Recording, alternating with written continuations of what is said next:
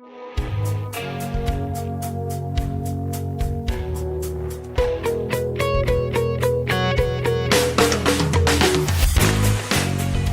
and welcome to another episode of Staying Power, a show that is all about building a better life. And that is all something that we want, at least I think so, and Ashley thinks so.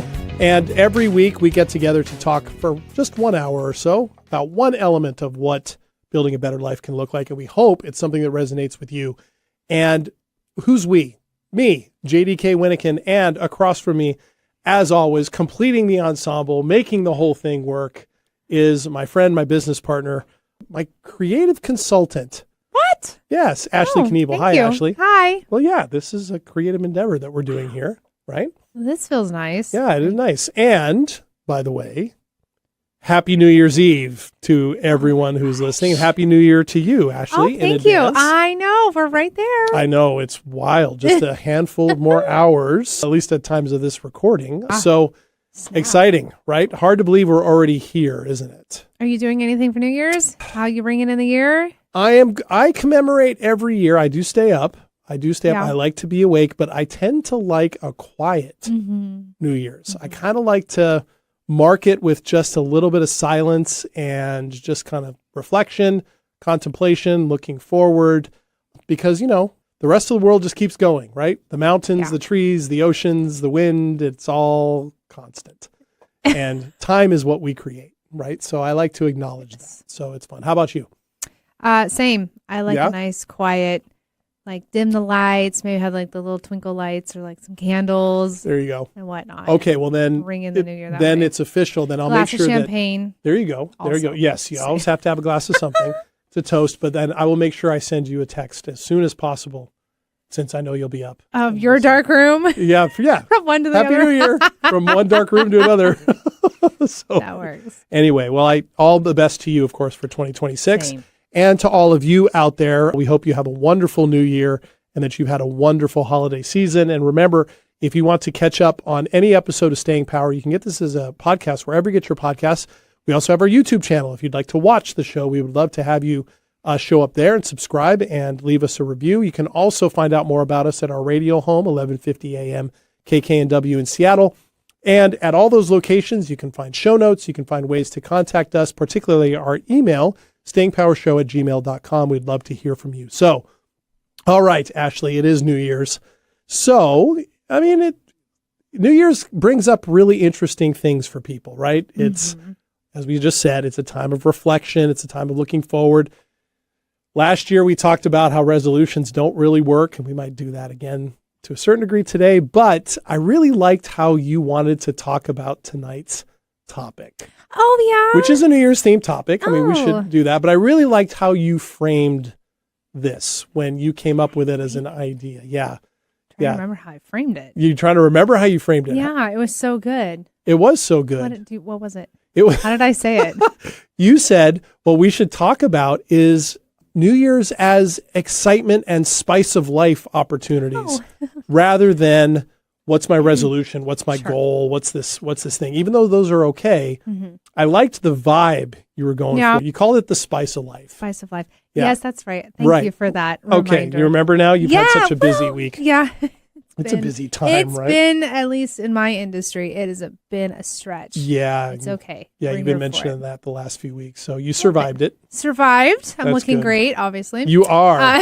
Yeah, and really, if you haven't checked out our YouTube channel, you really should, if nothing else, just to JD's face. Just to gaze at Ashley and then to watch her laugh at me on a regular basis, roll her eyes. But what I liked about your idea, Ashley, was there's often a lot of pressure we can put ourselves in New Year's. Yeah. The pressure to reinvent, to make resolutions, to set expectations, which often can maybe be unrealistic. And I don't think it's a bad thing to wrestle with that because, it's as good a time as any, right, to reset or do some things differently. And I think we all come from a good place on that. But what if we shifted, and this is what I liked about what you said, what if we shifted towards cultivating curiosity, excitement, feeling alive, the experience of things rather than doing things? That's what I took from. Is that what you meant? That is one way you could put that, yes. Okay. Which makes sense because by nature, that's how I view things. It's it's exciting. And I generally will reframe things to fit kind of that mold of like, even a few episodes back when we were talking about getting sick.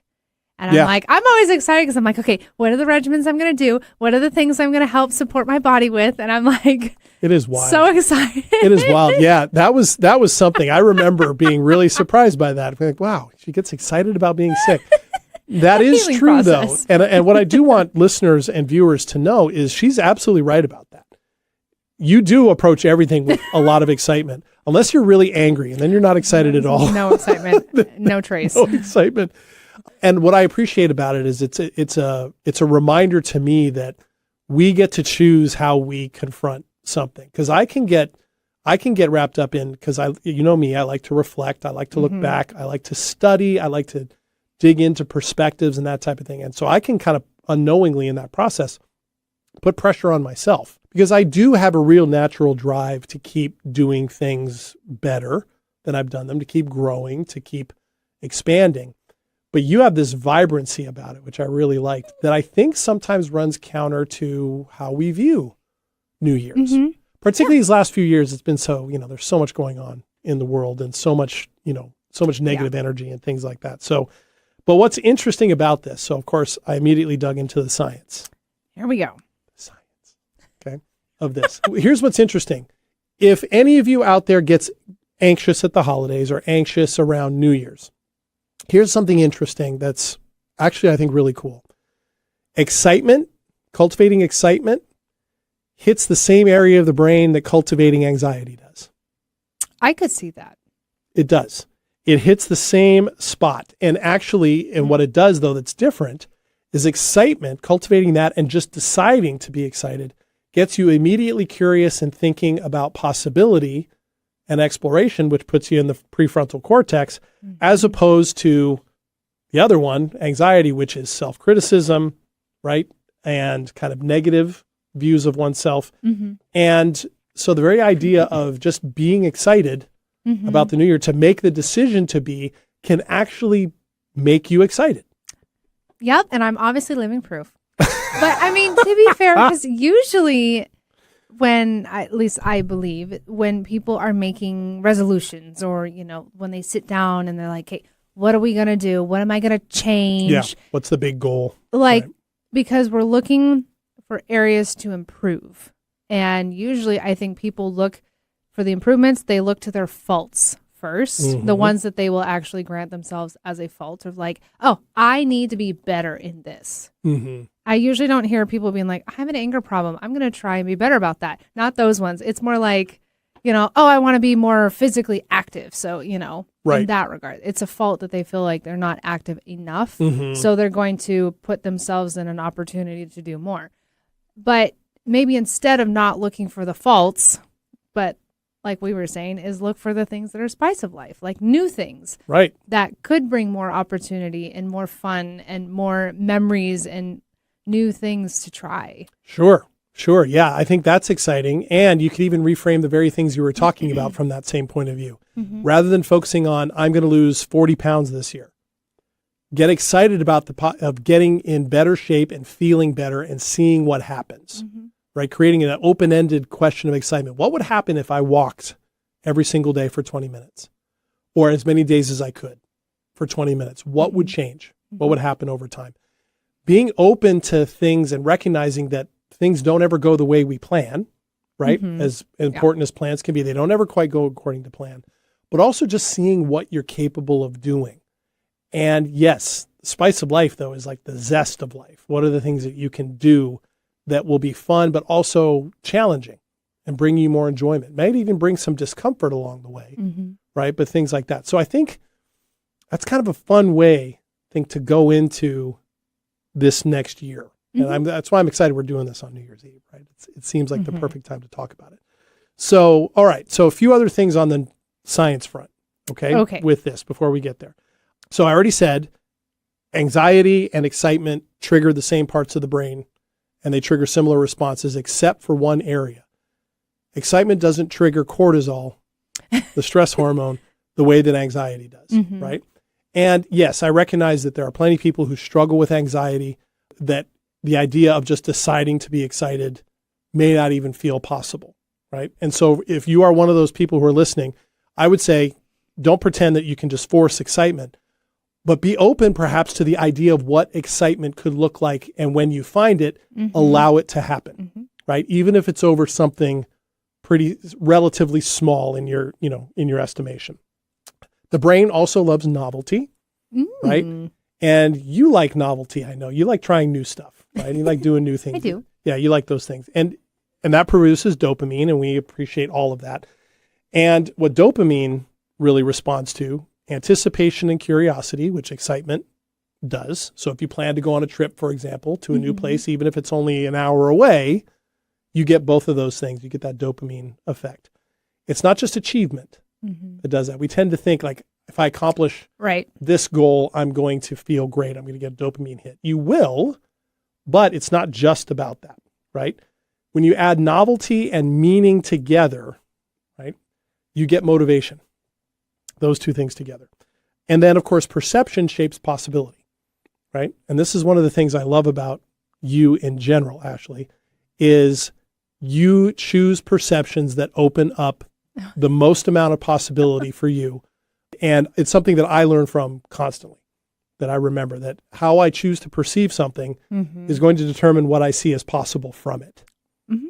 Yeah. I would concur. Yeah. Okay. All right. So with that in mind, Ashley also had another wonderful idea. I know. I was really full of great ideas. You really were on it. Yeah, you were. Yeah, you were. You're on it, and it was cool. But we decided, based on Ashley's idea, that we're going to put our money where our mouth is on this for this call year. ourselves on the carpet. We're going to call ourselves out because it's easy for us to talk about it, but we're also, hopefully, listeners know we're talking about ourselves. We're not just talking to you. We're talking to ourselves as well. We're still working on all these things, figuring these things out, practicing these things.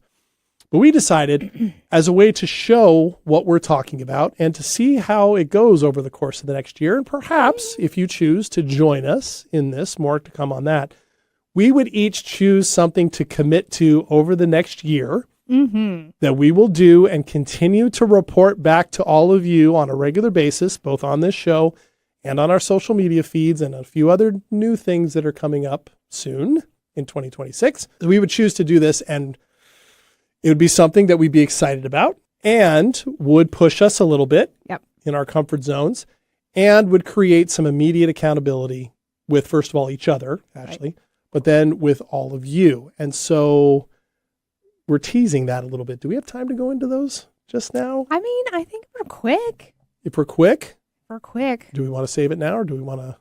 Okay, we got 5 minutes according. We can do it now. You want to do it now? Why not? All right. We have our 2 minutes of. Oh yeah, we have 2 minutes of triumph. Yeah, coming in on the other end of the first break. Okay, let's do that. Okay. Okay, and then we'll move what I was going to talk about. We'll move that to later. We can do that too. You all right with that?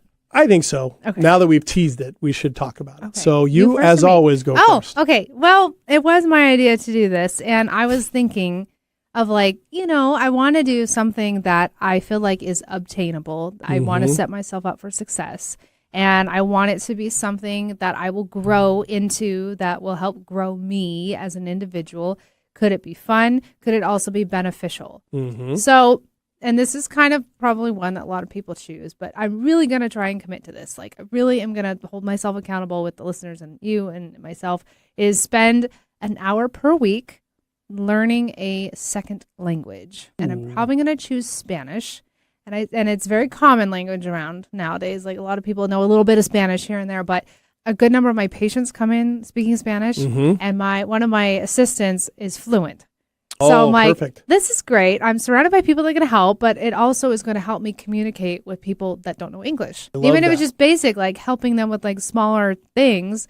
I may not be able to conversate the whole way, but that's what I'm committing to. Very nice. Very nice. Have you studied other languages before? Small stuff, like small in stuff? high school. In high school? Like not dedicated to the craft. Okay. So. What led you to choose that? That? Yeah.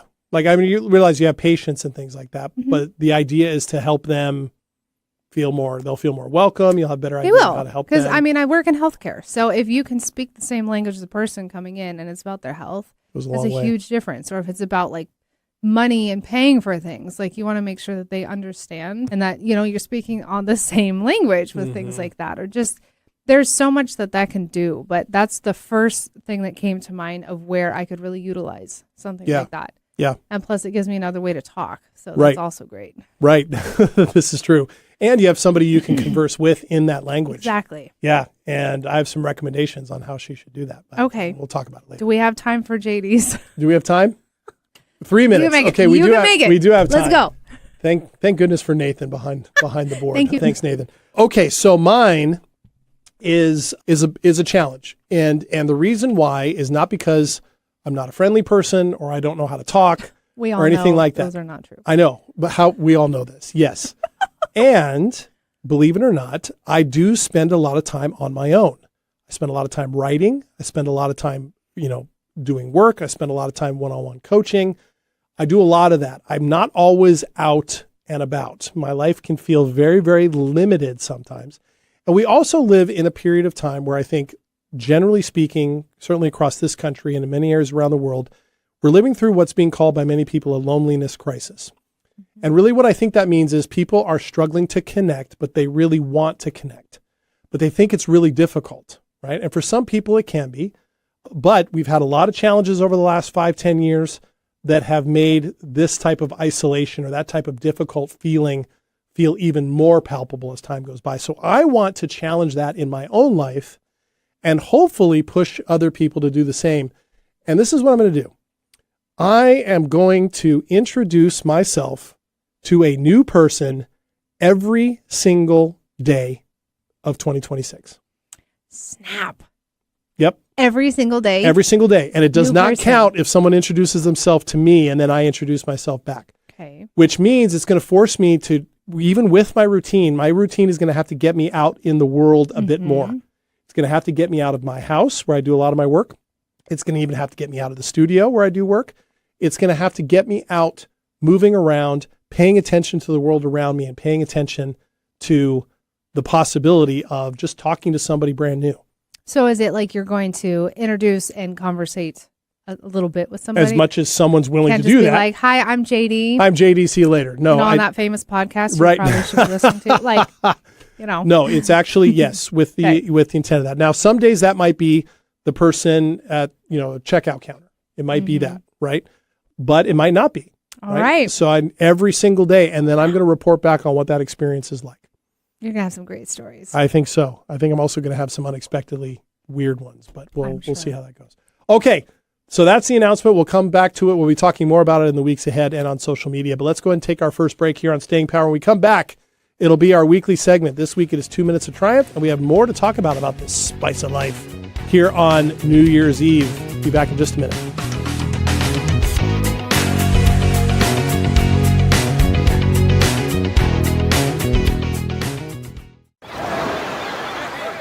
Hear that? That's the sound of your life. Perfectly imperfect. Beating in rhythm to the world you've created. But every time you drive after drinking, the music gets drowned out. Your life sounds pretty great. Don't let a buzz ruin it. Buzz driving is drunk driving. Don't drive buzzed. A message from NHTSA and the Ad Council. Are you ready to discover remarkable stories of resilience and cultural connection?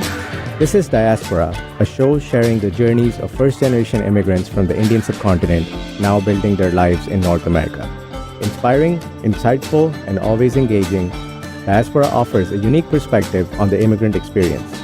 Join me, Aditya Mehta, my guests, on the Diaspora Show every Wednesday at 2 p.m. right here on KKNW.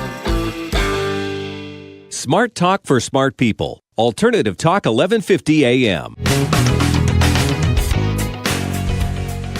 Welcome back to Staying Power. JD here with Ashley. Hi. And it is New Year's Eve, so we hope that you are enjoying your celebration wherever you are, or if it's past New Year's by the time you hear this, we hope it was great.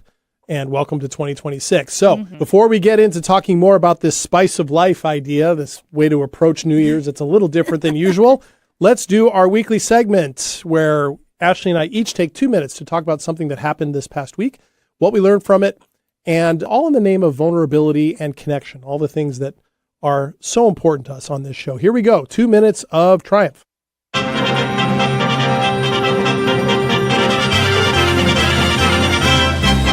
Bingo! Bingo. There All we right, have it. Ashley, you are first. I am first. Okay. Well, I am happy and proud to say that I onboarded a team member recently, and it's been recent, like a few weeks, maybe about a month, and it's been going so great. It's amazing how when you put the right person in a right role, what it can really do. Okay. And I see it's been a benefit, obviously, for me, but it's been a benefit for the rest of my team. Oh, nice. Substantially. They have brought a lot of good knowledge and support and ability, and they're a very nice, sweet individual. And it's just been such a huge improvement for Nice. where I work. Nice. So it's been great. So this is kind of a key team member in a key spot. Yes.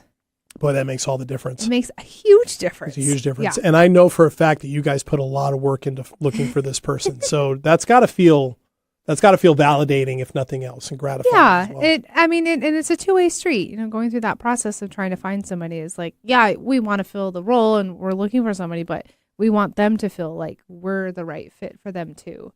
So, it's kind of like, dating when you both realize yep, I connect and I connect. Okay, it's great. It's similar to that, but a little bit is important because in this role, it's very meaningful and it's very impactful role. So the fact that we've got a really good fit, I think, on both sides is fantastic. Well, it's such an important part of any work environment. You're spending 8 hours a day, 5 days a week with these people, right? That matters a lot. That's awesome. Well, congratulations on that. Thank you. Hopefully that's going to help make things smoother across the think it board, will. as much as one thing can, but nevertheless, that's awesome. Congratulations. Mine is, I had this week of getting to witness a number of clients, and by that I mean 4 clients, have moments that really profoundly affected them, realizations in the course of our conversations of some things and some actions that proved to them, showed each of them where their agency was in these various situations that they're working on with me. Really? And and it was more like I just got to witness it. Right now, I've been working with each of these clients for a little while now, but each one of them has, of course, they've all been willing to do this work, right? Which is sort of a prerequisite of doing coaching. You have to have someone willing to do it. But to watch in 4 straight sessions with 4 different people, these light bulbs go on of not just realization, but seeing it and recognizing it in their actions and in their attitude and how things had changed for them was really, really amazing to watch.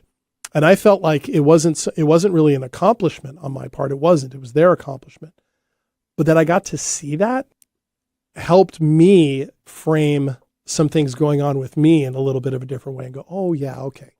There's a reminder there for me that I've got a little more agency in this area. So I found myself learning from and being inspired by them very much so this week. That happens regularly, but not to have it in such a short period of time, was really amazing. Yeah.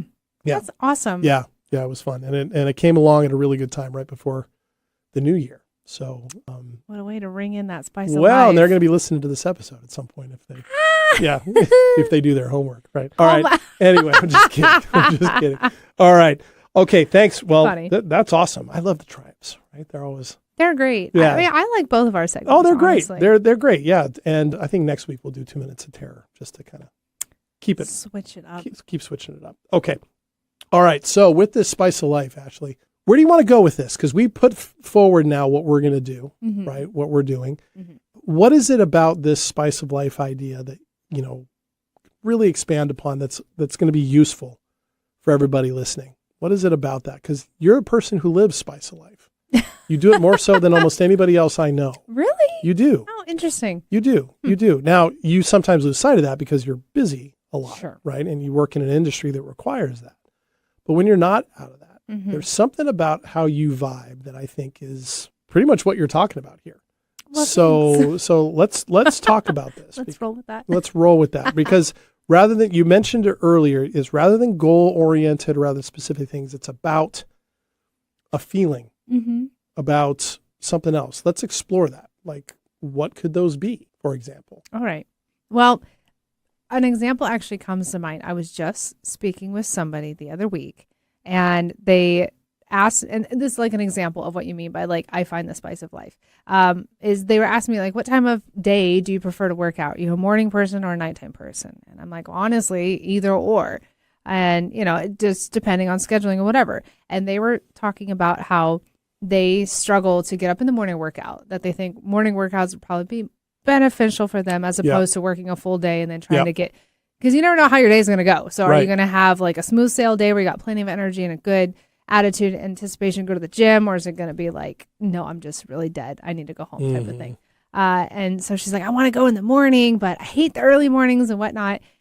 And I was like, well, how many times have you gone early in the morning? She's like, oh man, only like once or twice.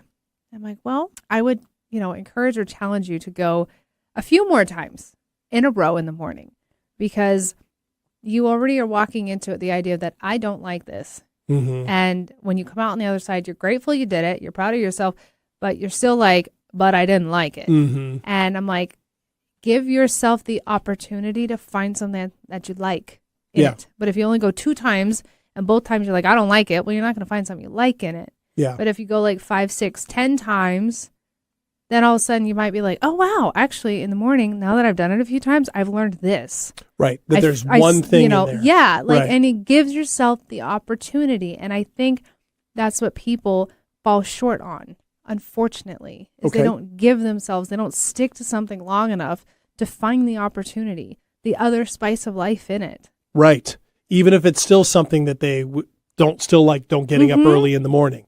There's something in that process that they learn to like, and that pursuit of getting to that makes getting up early worth it. Is that what you mean? Yeah. Well, sometimes like, to me, that's kind of the fun challenge of it is I'm like, okay, is there anything in here that I could possibly enjoy?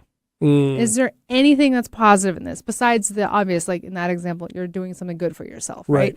But aside from that, you're building the habit of getting up early. Yeah. You're starting your body off with goodness and exercise. It's just for you. And it is only for you. Right. Yes. Yeah. You made a commitment to you. You kept the commitment. You held your promise. And you feel that. And you start to learn, you're building a habit of you can count on you. Yep. Even when you don't like it, you can still come back to count on you. Right. Right. I like that idea. It's a great example. I know for me, working out in the morning can feel challenging. I like it in the afternoon. I've found I like it in the afternoon if I'm able to do it because it's a great break from everything I've been doing. And it helps me let out all the energy that I've been holding up and lets me settle into my day. However, I've been thinking more and more about maybe it would be better for me to do it in the mornings to set me up that way and find other ways on the backside. Because it is an endeavor, right? In the afternoon. Tired, got to plan your dinner, got to go eat, have stuff that you want to do in the evening. It can make it tough, right? But yeah, I like that. If you can find one thing in there, right, that's that way, right? For me, cooking is like that. Yeah. Right? We know you love to cook. I do love to cook, and I love the actual creative process of it. But the one thing I like about it the most is the moment when it's done and I sit down, and every time, I don't know if you've ever noticed this, you've eaten a couple of my meals before, but when I sit down, I know they're good. I thank you. I sit down and I put it down in front of me and I take a deep breath and I look at it. I do. I take a deep breath and I look at it and I go, I like how that looks. I like that presentation. And I set it up in such a way so that it looks good when I put it down. And that's the moment, because sometimes it gets a little harried, right? If I'm making multiple things and the kitchen's going harried. Oh, harried, like be hairy food. Hurried. It gets hurried, complex. Lots of moving parts. Oh, geez, she's on to one again. But that can happen. And so I have to focus on that moment that I know is so gratifying where I'm like, I made this. It's good for me. I'm going to enjoy it. A little self-appreciation moment. Exactly. And I like that. And I present it well. I always like to present my food. I don't just slop it all on a plate and go. I don't leave it in the pot like a bunch of bachelors do. I don't do any of that stuff. I set it up nice. I get my napkins, and if I have chopsticks, I have nice chopsticks, and I have that's how I do it. You know what? I will concur with that. That I have seen you like little childlike of like, wow, I am so proud of this. Is how it looks, but it's great, and it's good you do that because I don't think people actually do that. They don't stop Totally. to give themselves their own appreciation that they probably would give to somebody else if somebody else made that Oh, and gave 100%. it, you know? And like, why not? 100%. I mean, there is that phrase of romanticizing your life, right? And you were kind of talking about it, like not just throwing the food on the plate in the bowl and, you know, just grabbing a napkin and whatever. And it's like, no, you like set up a nice presentation. Like you treat yourself in that way. Yep. And some people might be like, yeah, but it's more dishes, it's a waste, blah, blah, blah. Doesn't matter. Because you're choosing to look at it that way. Exactly. And it takes an extra 15 seconds to put a couple of extra dishes in the dishwasher. It doesn't take long. The other thing I enjoy with that is when I'm cooking for somebody. That's a really great moment, is when you hand it over to somebody, right? And you get it done right. So I was a little concerned, you know, I want to make sure they like it, things like that. But when I do that, I'm usually pretty good about finding out what they like and what they don't like. You know, like, do you like stuff spicy? Do you not? What food items do you like? There's something really gratifying about that, handing that over and having it presented nice and things like that. Because, you know, it's a way that we feed ourselves. And what you're talking about with exercise is the same thing. We're feeding ourselves in a different way. I mean, I do that when I clean the house. Do you? After I like Do you have a zest for life when cleaning the house? Spice Are for you life? surprised? No, I'm not surprised. Yeah, sometimes I get all excited. Like in the morning, you know, obviously I'll make a to-do list. I'm like, okay, these are all the things I need to do today that I want to do. And the cleaning the house ends up being on it because I want to do that. I want to be in a nice, tidy, clean space. I feel better when things are organized and clean. So if I go through and like clean up everything and then I'll like walk back through and be like, oh, this is so nice. Look, everything's put away. That's polished. This is organized. That's like, the moment is the walkthrough? Yes. That's what you like? Afterwards, I'm like, oh, look at this. And it's not to be like, you know, like, oh, I'm so great. But it just, I'm like, I did this for myself because I know I do better in that kind of an environment. And I get excited about it. I get excited when I'm folding the laundry and I'm vacuuming because I know what my outcome's going to be. Yeah. And people hate doing laundry and vacuuming. I like And doing I'm laundry. not to say that I wake up being like, can't wait to vacuum today. But I mean, I'm just excited about what's going to happen on the other side of it. Yeah, I think laundry's great. I love doing laundry. Yeah, I don't Putting mind. it away, it's great. I don't mind laundry at all. In fact, I get excited about it because I'm going to have my stuff that I like clean, right? I love all that stuff. It's interesting you mentioned laundry. One of my favorite feelings is when I get out and I walk or I go for a run. I'm not a huge runner. I don't like to do it, but it's good for me. And sometimes walking, I really should go walk for an hour or two, but I'm not sure I quote unquote have the time. The best feeling though is coming back after I've done that and just peeling all that stuff off. And it's just, you know, you did some work. That's a great feeling. Then hopping in the shower after something like that is the best feeling. Coming out clean, you know. I've had that after jujitsu. When you come home and you're like peeling off your gi and your rash guard and you're like, I'm wearing how many other people's sweat right now that I have to shower off. And you're like, you feel so clean afterwards. And especially if you like had a really hard training session, your body is just wrecked. It's so sore. And you're like, I want to melt into my couch right now. But I'm like, look what I just did. Yep. I'm so excited about it. Yeah. When I was doing triathlons about a decade ago, there was nothing about training for them that I really enjoyed other than the feeling of doing that, the accomplishment at the end. But the thing that would keep me going through all of them was the feeling of the shower at the end. That I would think about, or the first bite of something to eat at the end was like, what's it going to be, right? I always like to find out what it was going to be. If I was there with a crew of people, I wanted to know what it was so I could be looking forward to what it was, you know, or, you know, that first, because standing in that, right, and then coming out, having done that, that was enough to motivate me. I never quite framed it the way you did earlier, though. Like, look, it's a thing you don't necessarily look forward to doing, but what's one thing in it that you can find that you like? I like that. Thanks. That's spice of life. I like that. One of the spices. Well, and the funny thing about that is, you know, in how we build our sense of self, our identity, if you will, is through small actions one at a time, right? That's how we find out what we're made of, right? It's, you know, we can find out that we can go to the gym and do a workout, but it takes a lot of repetition of doing that to find out that we have the discipline and the grit and the desire and the follow through and to see the effects of all that. That's what changes the identity. And once a person has done that for a while, part of their identity becomes, I'm somebody who takes care of my body by going to the gym on a regular basis and paying attention to that. Right. You mentioned a couple of episodes ago that you are a person who takes care of their health. Mm-hmm. That's one of your identity points. Everything that you've talked about so far has something to do with that. Keeping a clean place, jujitsu, exercise, all of those things. Even talking about in your 2 minutes of triumph, hiring a person that's helping everybody do better at work and feel better at work. Mm-hmm. All those things matter. And all of those things I know in them have elements you don't necessarily enjoy. Mm-hmm. But that's your key, huh? That's your secret, finding the one thing in there. I mean, that's one of them, I guess. That's one of them. I guess I just think that if I'm going to wake up and live a day, I would like to appreciate something out of it. And, I mean, we're going to be here. Let's have a good time. We're not here for a long time. We're here for a good time. So why not? As much as possible. As much as possible. Might as well, right. We're already here, and it's like things are what you make them. And I know people say that, and it kind of passes through one ear and out the other. But yeah, it's a cliche for a reason. It's very true. It is. You can make anything great or not. We choose our perceptions. And one of the fundamentals of the coaching we do is that we actually have more choice in our emotions and the actions we take on our emotions than we tend to think. And there is truth to that. That is agency. That is choice. That is framing. That is reframing. It requires effort. It requires action, right, with those things. But it's one of the reasons why we decided to challenge ourselves, right, in front of our listeners and viewers this year is for that reason.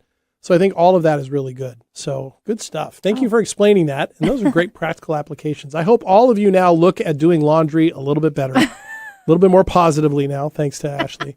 So we might as well call this the Live Like Ashley episode. Oh my God. Anyway, speaking of which, let's go ahead and take our second break here on Staying Power. When we come back, we'll talk about some practical applications, some things that have proven to work, not just from our own perspective and our own experience, but backed up by science and backed up by evidence. So we'll talk about that when we come on back here on Staying Power.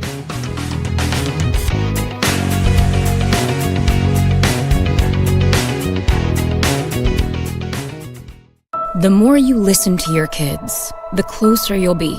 So we asked kids, what do you want your parents to hear? I feel sometimes that I'm not listened to. I would just want you to listen to me more often and evaluate situations with me and lead me towards success. Listening is a form of love. Find resources to help you support your kids and their emotional well-being at sounditouttogether.org. That's sounditouttogether.org. Brought to you by the Ad Council and Pivotal.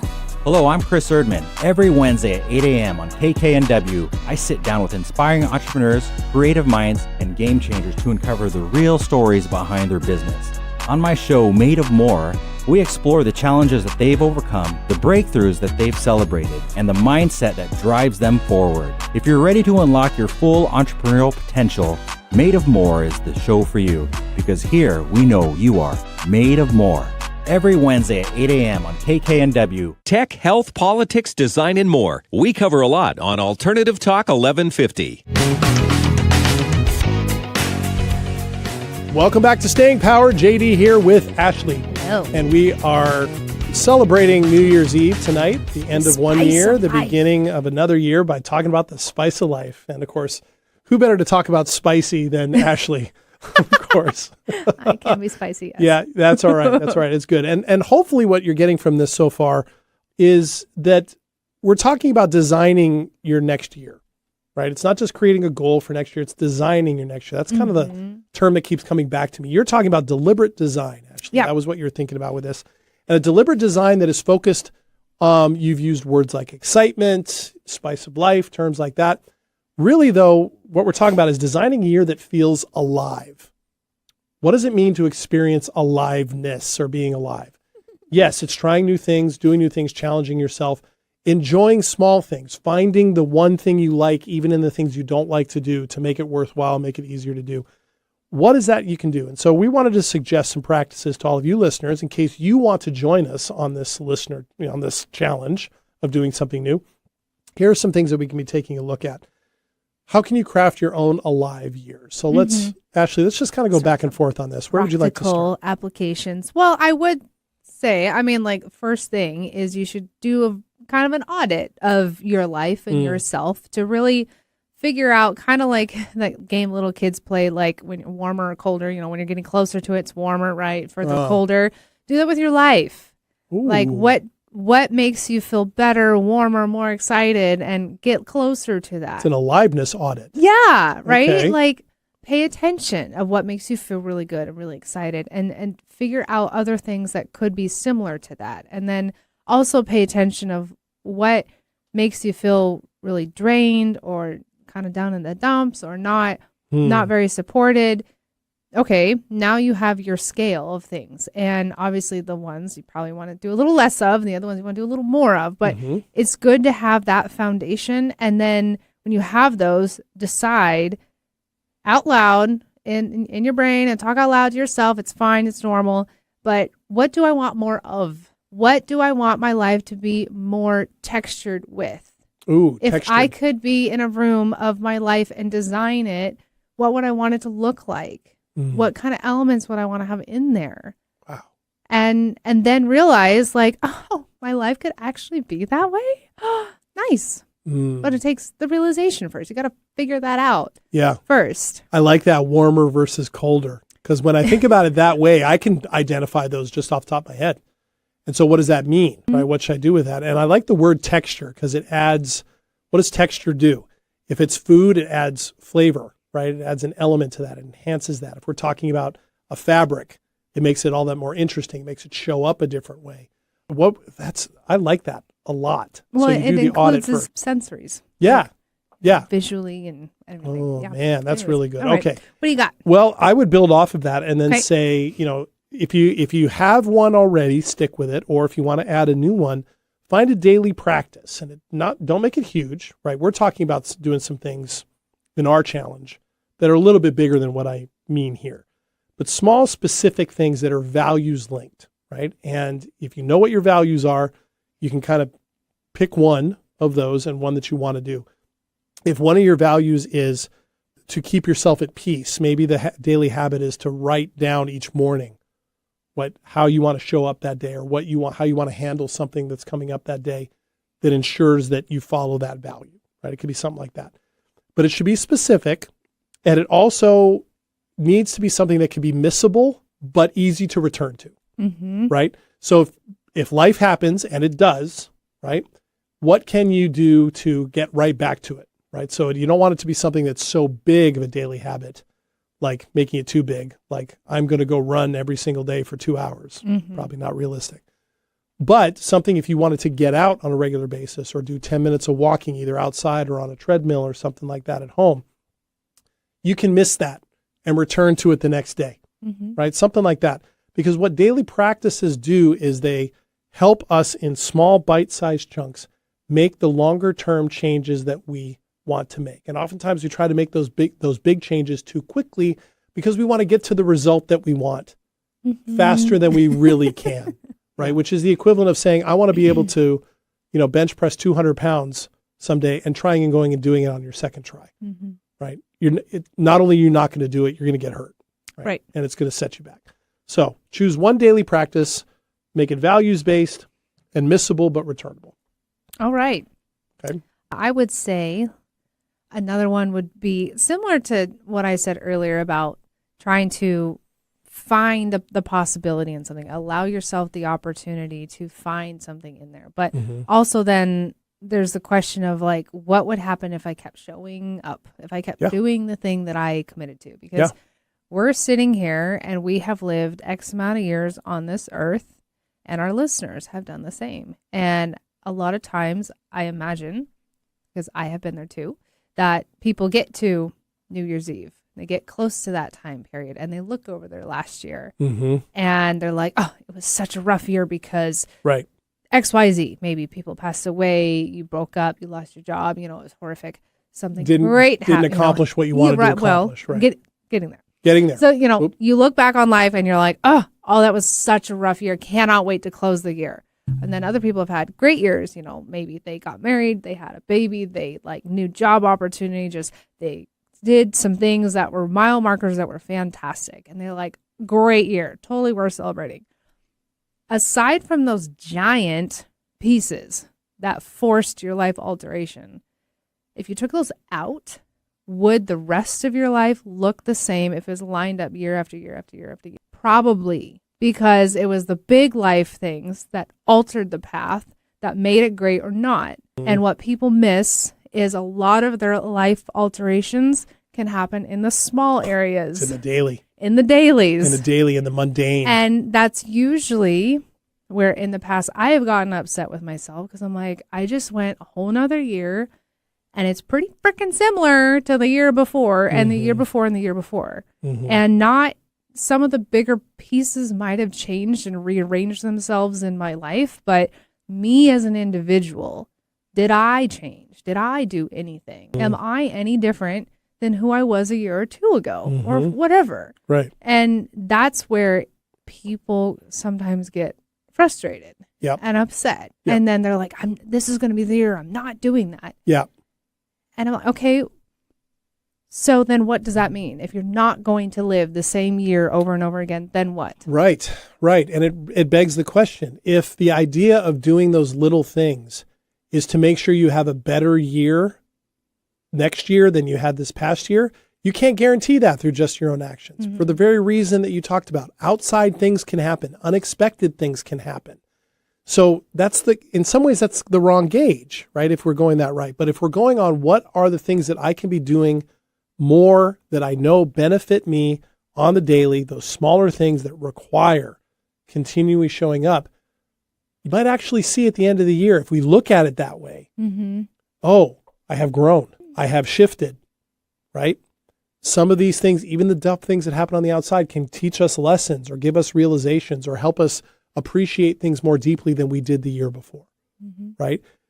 Usually, in my experience, when we look back on the previous year and we go, oh, it wasn't a great year, it's because things didn't go according to the expectations that we set. Right. It's one of the things that I have found so interesting on social media the last 4 or 5 years, right around this time of year, you start seeing all the memes about how everybody feels at the end of this year, right? This year can go away. This year can, usually in very colorful language. And you know what, Ashley? They're the same damn memes every single year. They are recycled. And everybody's saying that let's have the next year be better. And then they're complaining, 2026 just started. In January, it'll be like, 2026 feels like it's only been a month, but it feels like a year. The same stuff. Yes. If we keep feeding that same set of expectations, whether it's about that or anything else, into our internal computers, we're going to end up with the same results. Yep. Right? So if you're one of those people posting those memes, can you please, for the love of all that is holy, a new meme. Find something else and stop doing that, because there is something to be said about you can't do anything about all the stuff happening outside of control. But spice of life and aliveness is about finding it in the things that you can do. And so often that is in the day in, day out. Stuff like that. I love that. Okay. The possibility lens. I love that. Outcomes, anchoring to outcomes. If you pull one off, awesome. If you say the outcome I want at the end of the year is I want to have lost 30 pounds by the end of the year, and you pull it off, awesome. But guess what? You're probably only getting there if you anchor your behavior over the next year and your choices to the values that should be driving you in the first place. And the value of that would be, I value my health. I value my well-being.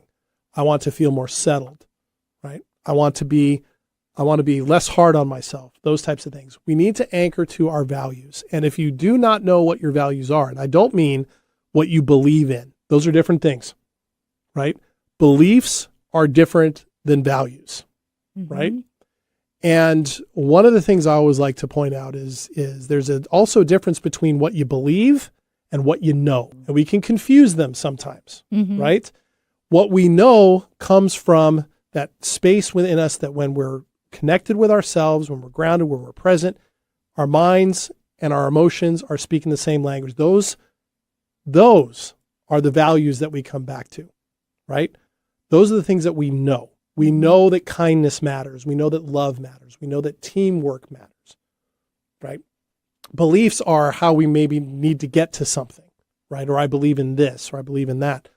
But it's always interesting when you write the word believe out, what's the word right in the middle? Lie, right? There can sometimes be a lie in that, right? In that belief. It's interesting. And yeah, it's something I feel pretty strongly about, as you can tell, because values are things that we actually can anchor to rather than our emotional states, rather than setbacks. We can go, no, my value is this, and that's going to be something I can keep coming back to.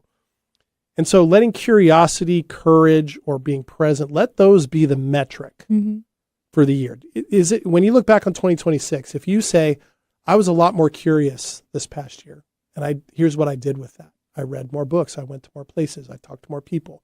I put myself back in the dating world, whatever it might be. That's a success. That's aliveness, right? If you learn a new skill, learn a new language, right? I think that value is you want to be of service to your patients in more ways than the way you already are.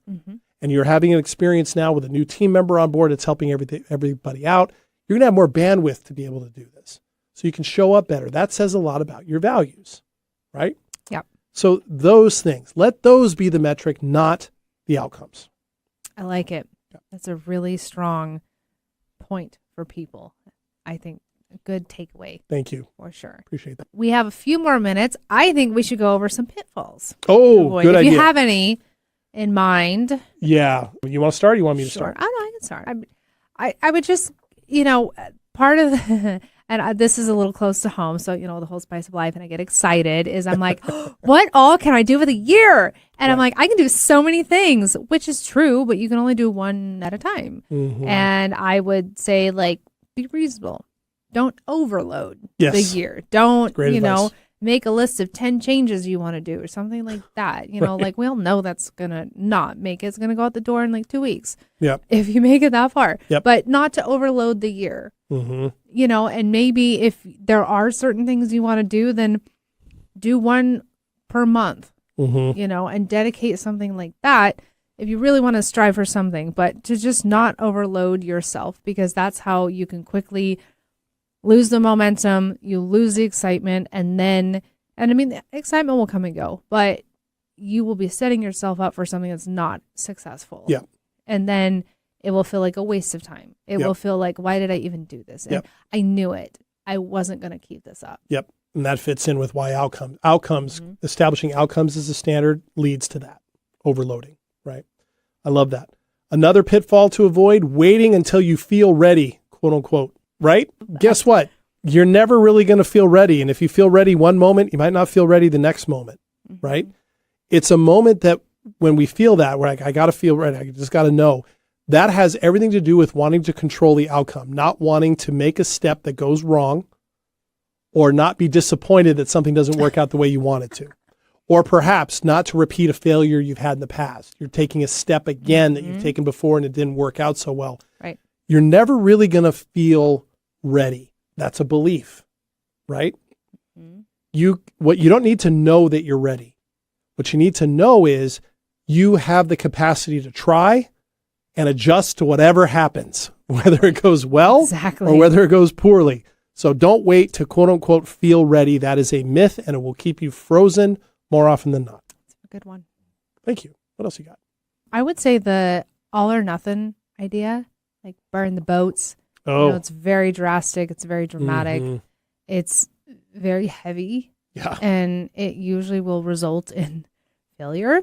And it kind of curtails with the overloading of a year. And because people are like, I'm all in.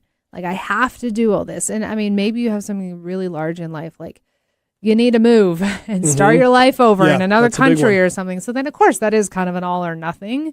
But your life, these things don't have to be that serious. Yeah. There's not many things in life that need to be that serious, because the amount of pressure and expectation that comes with something like that, very few people are going to thrive in that kind of environment. That's very true. And if you know yourself well enough to know that that's not you, then there's no reason to put yourself in that environment. I love that. Ooh, that's really well said. Rewind that, everybody, and listen to it again, because that was a good point. The final one that I will put forward is don't turn curiosity, all these things, into pressure, right? You're going to have moments where you're not going to feel curious, where you just want to rest, where you just want to veg, where you just want to take a time out. You can do that. Curiosity is supposed to be about exploration. It's supposed to be about fun. It's supposed to be about seeing what might happen. And times, if you don't feel that because there's other things going on, right, big or small, that just aren't working, give yourself a little bit of grace, right? The idea of having a good year is not, we talked about it earlier, is not about what are all the outcomes, because so many things are going to happen that you have no control over. It's about how engaged are you in how your days, your hours, by minute, hour by hour, how are your days going to go? How engaged are you? That's what helps establish a really good year. So don't turn a good thing into the problem. Nice. Okay. All right. Any final thoughts, Ashley? I think we're out of time. Are we out of time? We are. Okay. We'll have more to say about this. Time goes by, but we hope you enjoyed this episode of Staying Power here on New Year's Eve. And once again, Happy New Year to all of you. Thank you so much for being a listener of the show. We really appreciate it. And if you're brand new, welcome. You're right on time for a great 2026. And we will be back next week in 2026 with our first episode of the year. And we hope that you'll join us for that. I am JD. I'm Ashley. We will see you soon. Take care, everybody. Happy New Year.